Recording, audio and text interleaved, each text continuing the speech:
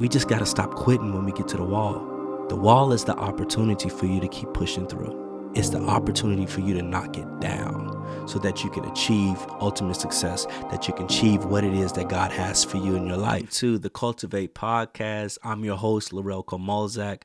I'm glad that you're here. You're still here. You're here. Hello. What's good? What's happening? How you feeling? I'm glad that you tapped in already. Go ahead and subscribe, like, comment, share with your friends. We're already on week 2, episode 2 of our first season of the Cultivate Podcast, coming to you every Wednesday. I am extremely excited that you guys are here. I keep saying that because I'm passionate about this. I feel like I'm really tapping into what God has for me. I'm tapping into the calling that God has on my life. And that's just where I'm at, man. At this point in my life, y'all, ain't no limits, man. I'm not putting any more limits on my life. Too many times I think that I have placed a ceiling on what I can do and what I can't do. And it's really hurt my confidence in a certain way, where I feel like when things don't go my way because I've placed this limit, that ceiling goes further down, and I keep hitting my head against the ceiling.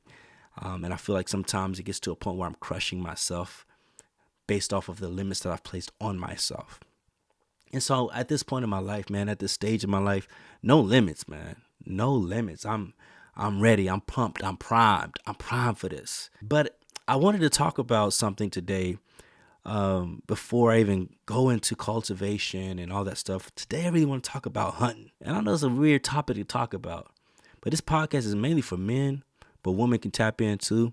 But I really want to tap into to men who are working so hard all the time. The dudes who always out here tilling the ground, sweating from their brow, doing all that. And I get it. God called us to work. Yes, he called us to labor, to work, to work for our family. But man, we neglect our heart all the time. We neglect what's in here. We neglect what really matters. We're not working in healthy ways, mentally, spiritually, physically. We're just working, and I think a lot of us need to figure out time. We need to slow down or stop and figure out healthy ways to work. And so I've been studying this thing about hunting, man. I've been telling everybody that I talk to, because I go in the gym every day, bro. Like every 5 days out the week, sometimes 6 days out the week, I'm in the gym. I wake up at 5 in the morning, 5:45 in the morning, sometimes 4 in the morning. And the first thing I do, I meditate, I pray for about 30 minutes, and then I'm heading to the gym. I go to the gym, and the first thing I say, this is what I've been saying lately: I'm ready to hunt. That's what I say. I'm like, yo, I'm ready to hunt. And dudes be like, what you talking about, bro? I'm ready to hunt, bro, so I can eat. What you mean? And so I said, let me explain it to you. So I'm going to explain it to you. What I mean by this is, I was listening to this lady. Her name is Dr. Mindy Phelps or something like that. Mindy somebody. But she was talking about intermittent fasting. And she was breaking the science down behind fasting and how our bodies, we really don't need to eat all the time. There's another guy named Dr. Bobby Price. He was talking about how we feel like we have to graze throughout the day. Cows graze throughout the day. They have multiple stomachs, so it makes sense for them to graze. But for us humans, we only have one stomach. But a lot of us like to graze. We eat just throughout the day, just snacking or eating. And I don't think our bodies are meant to graze, because it takes a long time for our bodies to digest the food that we even put inside of our bodies. And if we're not giving our bodies a break, then our bodies begin to shut down. And then we're not digesting our food properly, and then other health complications begin to take place. So she was talking about the importance of intermittent fasting. And so she mentioned cavemen. And she said, cavemen fasted before they ate. And I began to think about this. I said, wait a minute. You are indeed correct, because when I work out, I don't eat food. I don't get a pre-workout. My wife, she be on this Alani's and stuff, trying to get me on these Celsius Alani's. I just can't. I'm trying, y'all. I can't take the Alani. For some reason, I may take a sip or two, but I can never finish the whole thing. I'm just not into that. I'm into natural energy. If I ain't got the energy, I'm going to get it. You know what I'm saying? This is how I feel. I don't do the coffee thing, but I did try Summer Moon. Oh my gosh. Have y'all had Summer Moon coffee? Oh, I went for the first time on Sunday. It changed my life. I was like, wait a minute, is this moon milk? What is this? What? I'm not a coffee dude, but when I tried that, I was like, you know what now? Hold on. Oh, taste and see that the Lord is good. Huh? Blessed is the man. See, yo, like I tried that summer moon coffee and it was absolutely delicious. But I don't drink coffee to get hype. I just drink coffee if I do drink it, just nostalgia, I guess. I feel important sometimes. But summer moon coffee, oh my Lord.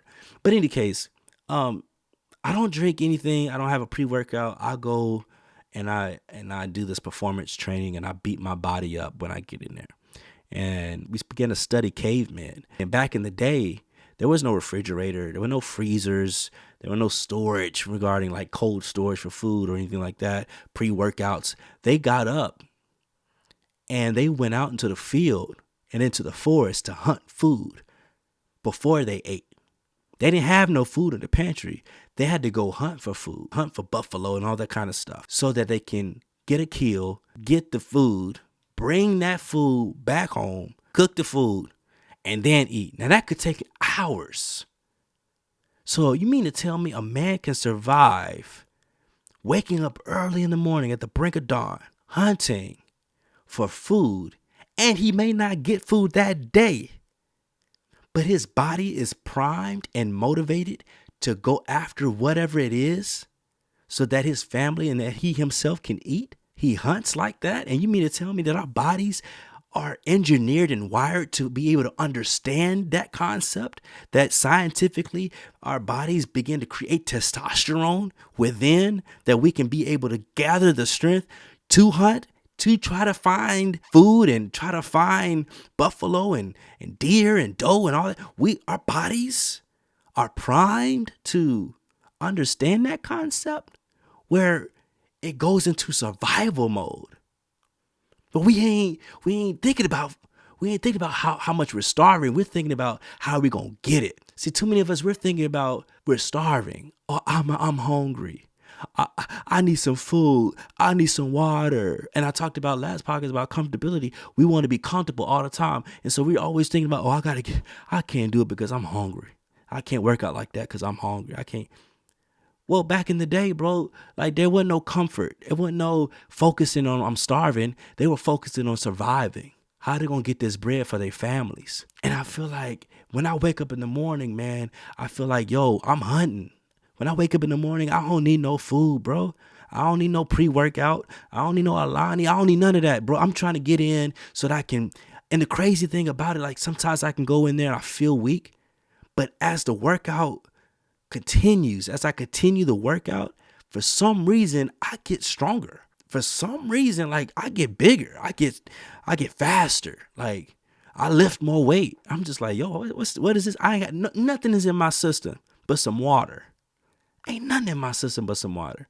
But for some reason, somehow at 5:30 in the morning, I'm lifting this weight. I'm doing all these squats and running these miles and doing all this kind of stuff. Just pushing sleds, sprinting, and I'm doing all this stuff with no food in my system. You would think I would be gassed. You would think like I wouldn't be able to go through it. No, our bodies know how to survive. And so I've created this idea that every morning I'm ready to hunt, bro. I'm ready to get out of my comfort zone and get what's mine because my body knows what to do when I'm in survival mode. My body knows what to do when I'm not thinking about starving. I'm thinking about making sure I survive, making sure I get what I need for my family and what I need for myself and for my kids. Too many of us, we waking up, we ain't trying to hunt. We waking up trying to eat. What's in our pantry? What we trying to eat? No, you wake up to hunt so that you can get the reward. Our bodies are primed to get a dopamine or motivation for the reward. We got to get the reward. We wake up thinking the reward is when we wake up. No, the reward is after we work, after we hunt. But our mindset has to shift in order for that to happen. In order for us to really wake up in the morning and to think about this concept of hunting, we have to change our mindset of what it really means to work. We have to change our mindset of what it really means to go after something, knowing we may not even get it. Because back in the day, they could be hunting for hours and for, throughout the day, 8 hours, sometimes 10 hours, and still not get anything. And they have to come back home and say, we'll try again in the morning. That's a mental shift. That's not, oh, we may not make it. No, our bodies know how to make it. We just so easy. We want to reach for the candy jar 24/7 because it's there and it's available. I'm just saying. I'm just being honest here. Like we just reach for it because it's there and it's available. But there was a time in life, man, that it wasn't easily available. And I feel like people were more content. They were more grateful because they understood that good things were hard to come by, or resource was hard to come by. In today's time, a resource is easy. I can go to McDonald's, go to Wendy's, I can go pop something in a microwave. We're so convenient. Everything is so convenient. We're so comfortable. And I feel like we miss this concept, especially men, miss this concept of hunting, because it requires a certain mentality to go after something with authority, with audacity, not knowing if you'll get the result that you want. Because a lot of us, we think that because we've worked and we've toiled, that we should get the result that we want as soon as we've done that. That's our reward. We deserve it. No, sometimes God just wants you to work so that your mind can be shifted from the resource to why you're doing it.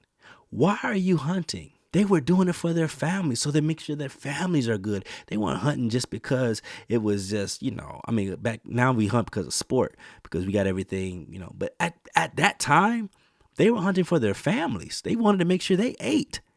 They couldn't go to a grocery store, supermarket, nothing like that. They had to make sure they can eat. So their motivation was different. My family needs this.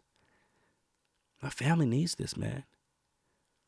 So they sacrificed their bodies because their mentality isn't about them. Their mentality is about how they can serve others. And I think that's a big part of life, is that a lot of us, we really want to go do things and we want to receive the benefits of doing things, but our mindset isn't about them. Our mindset is about us. Pride, greed, selfishness. We're selfish. We live in a selfish society right now. And it's true. Some people just do content so they can make money from it. Some people do stuff so they can just, it's not about giving. It's not about helping people. It's not about loving on others. It's about what can I get from that? What can I gain from this? If I were to be a part of this organization, let's be honest, if I can be a part of this sector, this group of people, will I be acknowledged? Will people see me? You know what I'm saying? If I become a part of this cult, will people love on me now? It's about me. How can I feel fulfilled? How can I feel loved? It's about me? And this is where we miss out on the opportunity of cultivating our heart. We miss out on the opportunity of cultivating our identity because we base our identity based off of the resource. Hunting isn't about the resource. When I say I'm ready to hunt, it's about me working to get my body to where it needs to be so that I can feel better throughout the day. It's not about eating. When I say, yo, I'm ready to eat, that's a different mindset. I'm ready to eat. The difference between eating and hunting, eating is self-absorbed. I'm ready to feed me. Where hunting, I'm ready to sacrifice myself to get something, not just for me, but for somebody else. Even if it is just for me and I'm single, I don't got no family, even if it is just for me, I'm more concerned about my mentality going into this process of hunting, of surviving, knowing that I may not get that resource, but I know I got to hunt anyways. And I'm always thinking about eating. I'm thinking about I'm thinking about starving at the same time. I'm ready to eat because you know what it feels like to starve. So all you think about is what can you do to feed you? So you'll do anything. You move anybody out of the way. You'll cut corners. You'll rub shoulders. Do all kind of things just so that you can eat. That's not hunting. Your mentality is all about you. Your mentality is all about what you can achieve, what you can receive.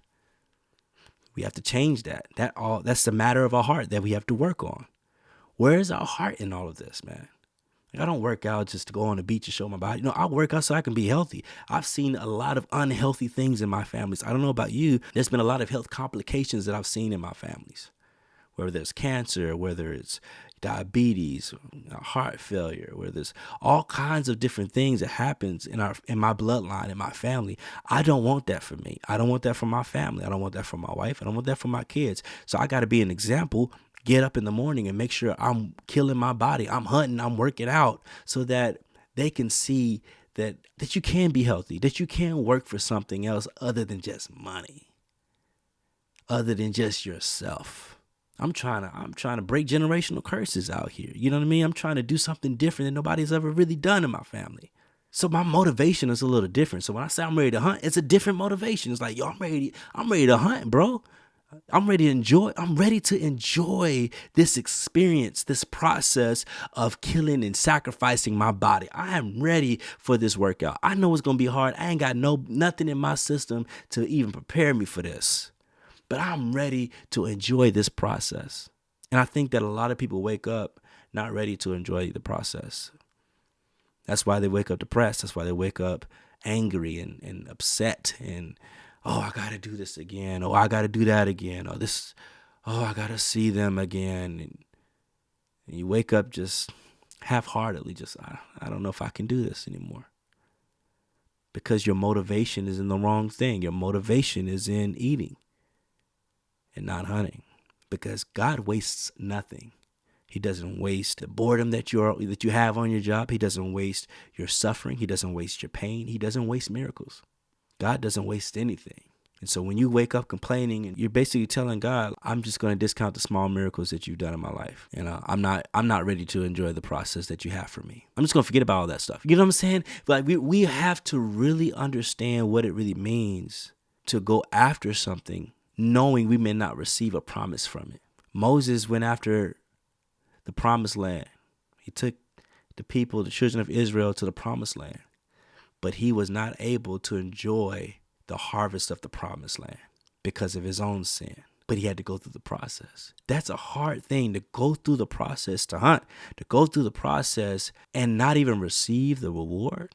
And sometimes we think that the reward is the promised land, but God says, I have something better for you. Because we see the promised land as something of this miraculous thing that is stored up for us. And God says, I'd have a different type of promised land for you. I have something bigger than what you see. And so we get upset and frustrated because we don't get what we see. We don't get the promised land that we've expected. So our expectations are shot and shattered. But God says, I have something better for you. You have to stop seeing through the lens of yourself and see through the lens of God.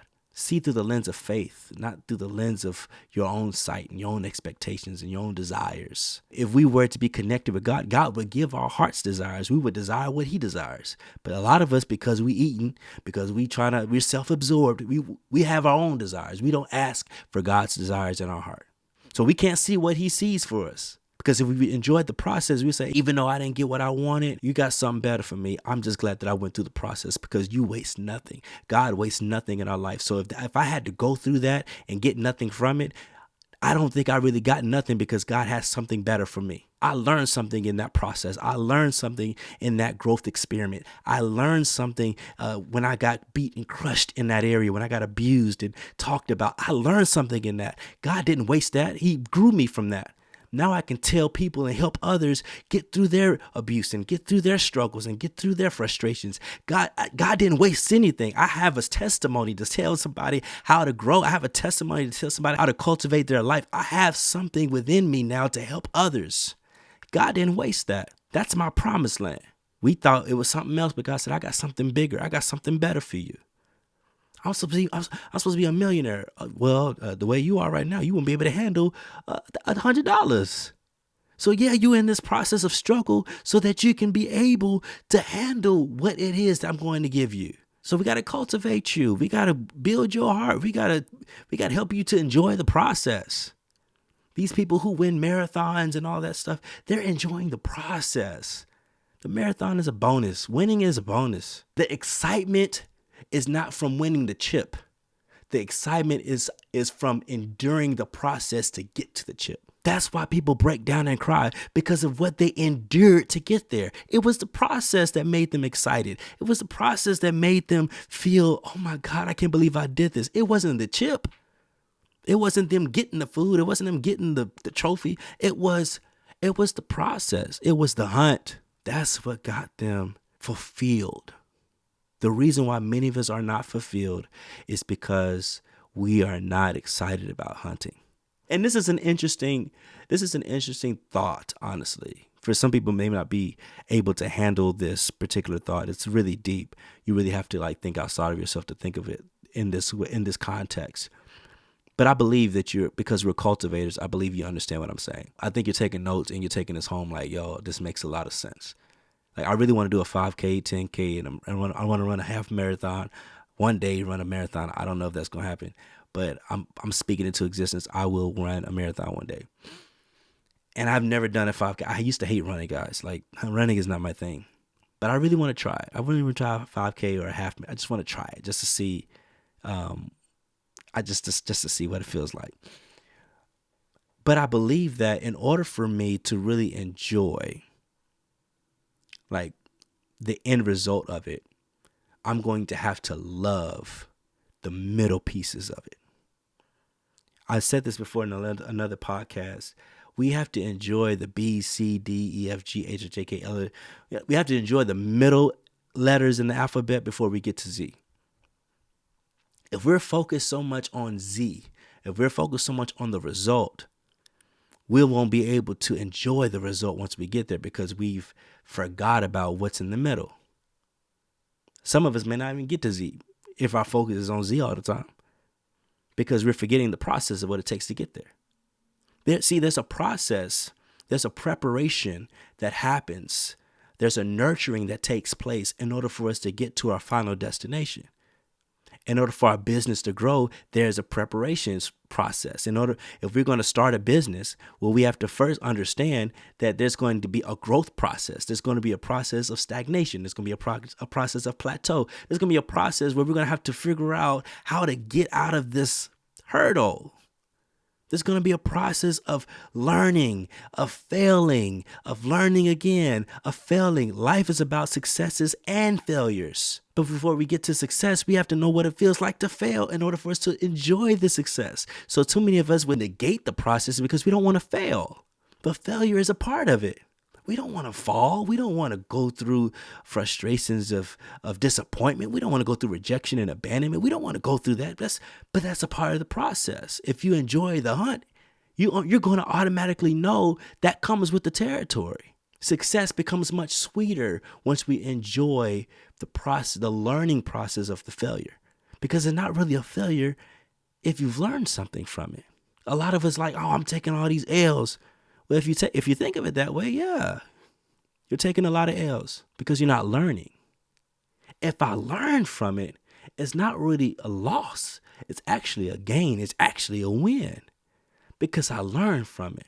But I'm just talking about enjoying the process of what it means to go on a hunt. Enjoy the process of what it means to beat your body up so that you can reap the benefits of that process, reap the benefits of that nurturing, of that crushing. I know by the end of my workout, man, I know I'm going to feel good. I know I'm going to look good after it because I enjoy the process of the beating, of the crushing. I didn't need no food for that.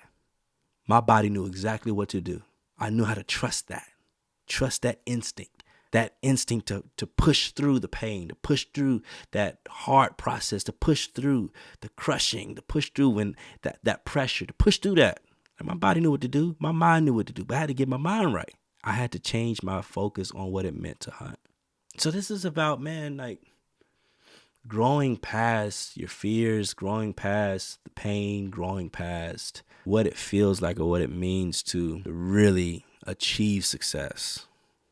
If we really want to achieve success, we really have to lean into our failures, lean into the process of failure. Because in order for us to grab what's truly ours, we're going to have to accept the fact that we will fail. We're going to have to accept the fact that we will stumble at some point, that we will face adversity at some point, that our bodies are going to reach a limit where we feel like we can't make it. It's in that transition where we feel like we can't go any further. If we can get past that limit, it's in that moment that we'll begin to break that barrier and experience something, a full transformation in our life once we break the barrier of I don't want to go any further. I saw my wife do it when she was giving birth to our last child, our third child, Koa, which we did a natural birth at home. She went through this transition where she said, take me to the hospital. I don't want to do this anymore. Give me the medication. I can't do this anymore. The midwives and nurses started smiling because they knew in that moment she's getting ready to push into another level that she's never seen or heard before. And once she gets past that level, that baby will come out.